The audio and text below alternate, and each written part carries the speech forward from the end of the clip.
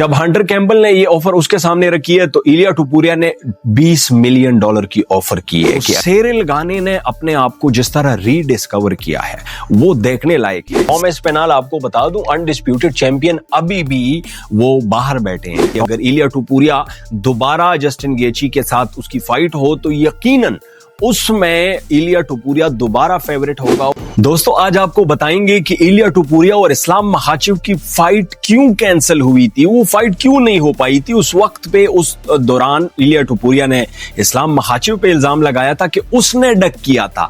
इसके साथ साथ इस्लाम मखाचिव का कहना था कि टुपुरिया ने डक किया था। अब उसकी असलियत खुल के सामने आ गई है। इसके साथ साथ इस वीडियो में आपको बताएंगे कि जॉन जोन्स और एलेक्स परेरा के बीच में क्या चल रहा है। क्या जॉन जोन्स और एलेक्स परेरा की दुश्मनी हो गई है या इनकी कोई फाइट आने वाली है। तो जरा पहले बात करते हैं इलिया टुपुरिया की। उसकी इस्लाम मखाचिव का अभी तकरीबन एक दिन पहले इंटरव्यू हुआ है रशियन में। उस इंटरव्यू में इस्लाम मखाचिव कहते हैं कि मुझे व्हाइट हाउस फाइट के लिए इलिया टुपुरिया के खिलाफ तकरीबन अच्छी खासी अमाउंट ऑफर हुई, जो नॉर्मली मुझे होती है उससे ज्यादा, तो मैंने एक्सेप्ट की। फिर कहते हैं कि वही ऑफर इलिया टुपुरिया के पास लेके गए हैं वो यूएफसी वाले।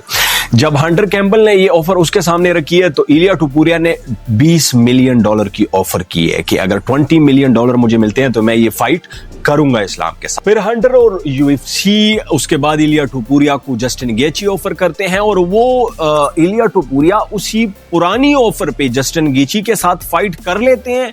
लेकिन उसी ऑफर पे इस्लाम मखाचिव के मुताबिक इलिया टुपुरिया उनसे इनकार कर देता है। जिस तरह मैंने आपको पिछली वीडियो में भी बताया था कि ये एक अच्छी बात हुई है इलिया टुपुरिया के लिए और उसके करियर के लिए कि उसने इस्लाम मखाचिव के साथ फाइट नहीं की।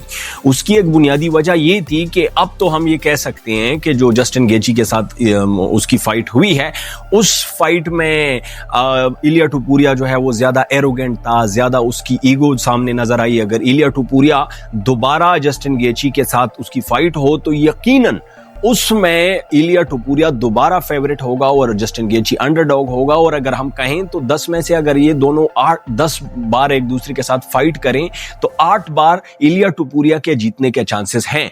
लेकिन अगर यही फाइट इस्लाम मखाचिव के साथ होती तो शायद वो एक 5 राउंड इस तरह की डॉग फाइट तो नहीं होती, लेकिन इस तरह की रैग डॉलिंग होती, रेसलिंग होती, आउट रेसलिंग होती कि उसके बाद इलिया टुपुरिया की जो रेसलिंग है वो एक्सपोज हो जानी थी और उसके बाद हर एक रेसलर जो है वो इलिया टुपुरिया को आउट रेसल करने की कोशिश करता। अब जरा जो इंपॉर्टेंट स्टोरी है, इससे भी ज्यादा इंपॉर्टेंट स्टोरी है और जो रिलेवेंट है वो जॉन जोन्स के हवाले से है। पहले तो ये कि जॉन जोन्स आया कंप्लीट तौर पे रिटायर हो चुके हैं, तो जॉन जोन्स रिटायर नहीं हुए। पहले तो ये इसकी क्लैरिटी होनी चाहिए। जॉन जोन्स दोबारा फाइट करेंगे और मोस्ट प्रोबेबली किसके साथ करेंगे ये मैं आपको जरा बताता हूं। तो जॉन जोन्स और एलेक्स परेरा के बीच में चल क्या रहा है। सबसे पहले जब एलेक्स परेरा फाइट हारते हैं तो उसके फाइट हारने के बाद जॉन जोन्स जो है वो गोट की आवाज भी निकालते हैं और वो उन पे तंज करते हैं एलेक्स परेरा पे, जो कि एलेक्स परेरा उस वक्त अपनी फाइट की उसमें होता है, उसको रिस्पॉन्ड नहीं कर पाता।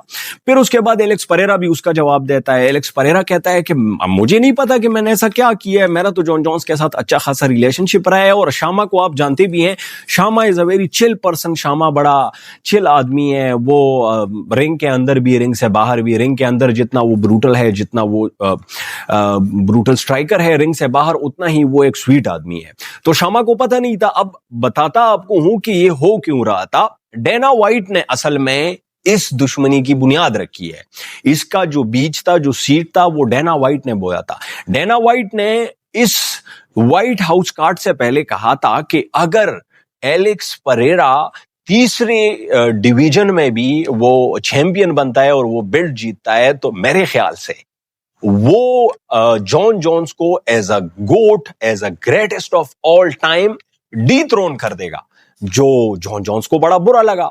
जॉन जोन्स ने उसके हारने के बाद एक ट्वीट भी की और ट्वीट में उसने लिखा इस तरह कुछ ट्वीट था उसका कि to think you could dethrone me, और मेरे वर्क एथिक और मेरी उस तमाम कंट्रीब्यूशन को अगर कोई इस तरह 3-4 साल में आके डिथ्रोन कर सकता है, उसको मिटा सकता है तो ट्राई कर ले। अब एमएमए फैंस में भी कंसेंसस यही है पूरी दुनिया में कि John Jones is the greatest of all time.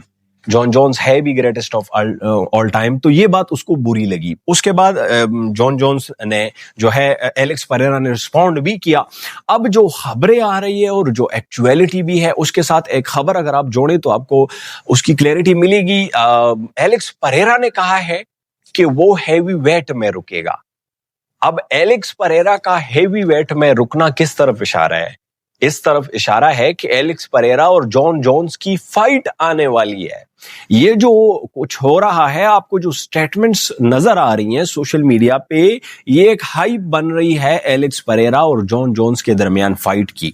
तो हमें इस साल के आखिर में या नेक्स्ट ईयर के फरवरी तक जो है, हमें जो बड़ा कार्ड होगा यूएस में होगा, उसमें हमें जॉन जोन्स और एलेक्स परेरा नजर आ सकते हैं। अगर उस फाइट को एलेक्स परेरा जीतते हैं तो डेफिनेटली उसके बाद एलेक्स परेरा को एक और शॉट मिल सकता है हैवीवेट टाइटल पे। अच्छा, जरा आपको ये बात बता दूं कि जो फाइट एलेक्स परेरा ने हारी भी है सिरिल गान से, एलेक्स परेरा का ख्याल है कि ये एक लकी पंच उसने लैंड किया है और उस लकी पंच की वजह से वो गिरा है, जिसके बाद सिरिल गाने ने डर्टी प्ले किया है और उसने बैक ऑफ द हेड जो है उसके बाद काफी सारे स्ट्राइक्स किए हैं जो इलीगल है। तो अकॉर्डिंग टू एलेक्स परेरा वो हैवीवेट में स्लो भी नहीं है और वो हैवीवेट में ही टिकेगा। इसके अलावा मैं आपको बता दूं नाजरीन, हैवीवेट डिवीजन बड़ा इंटरेस्टिंग होने वाला है। टॉम एस्पिनाल आपको बता दूं अनडिस्प्यूटेड चैंपियन, अभी भी वो बाहर बैठे हैं। टॉम एस्पिनाल आएंगे, टॉम एस्पिनाल और सिरिल गान की अगली फाइट होनी है, बड़ी इंटरेस्टिंग फाइट होगी, क्योंकि पहली फाइट जो हो रही थी उसमें तो हर कोई यही कह रहा था कि टॉम एस्पिनाल की फाइट है, उसके बाद जॉन जोन्स वाली मिस हो गई है। सिरिल गाने ने अपने आप को जिस तरह डिस्कवर किया है, स्पेशली वो जॉन जोन्स से जो वो फाइट हारा, उसको जो एम्बेरसमेंट हुई, और क्योंकि उससे पहले भी वो हार चुका था ऑलरेडी फ्रांसिस नगानू से। फ्रांसिस नगानू से जो वो फाइट हारा, वो उसकी उतनी बुरी हार नहीं थी जो हार उसकी जॉन जोन्स के खिलाफ हुई। क्यों? क्योंकि जॉन जोन्स 3.5 साल की ले ऑफ के बाद आता है, 2.5 मिनट के अंदर अंदर दूसरी डिवीजन में, उससे ऊपर के डिवीजन में एक ट्रू हैवीवेट, सिरिल गाने इज अ ट्रू हैवीवेट, एक ट्रू हैवीवेट को वो 2.5 मिनट में सबमिट करता है, 2 डिवीजन चैंपियन बनता है, और आप कोई भी उसके खिलाफ रेजिस्टेंस नहीं कर पाते हो। तो सिरिल गाने ने अपने आप को जिस तरह रीडिस्कवर किया है वो देखने लायक है। सिरिल गाने की जो डिफेंसिव रेसलिंग है वो भी बेहतर हुई है, इवन ऑफेंसिव रेसलिंग आपने उसकी एलेक्स परेरा के खिलाफ देखी। तो सिरिल गाने और Tom Aspinall is the fight at heavyweight. इन दोनों का जो विनर होगा उसका मुकाबला हो सकता है जॉन जोन्स और एलेक्स परेरा के विनर के साथ। तो अगर जॉन जोन्स इसी तरह अलाइव रहते हैं तो मैं आपको बता दूं यूएफसी का जो हैवीवेट डिवीजन है उसकी ग्लोरी दोबारा आ सकती है वापस।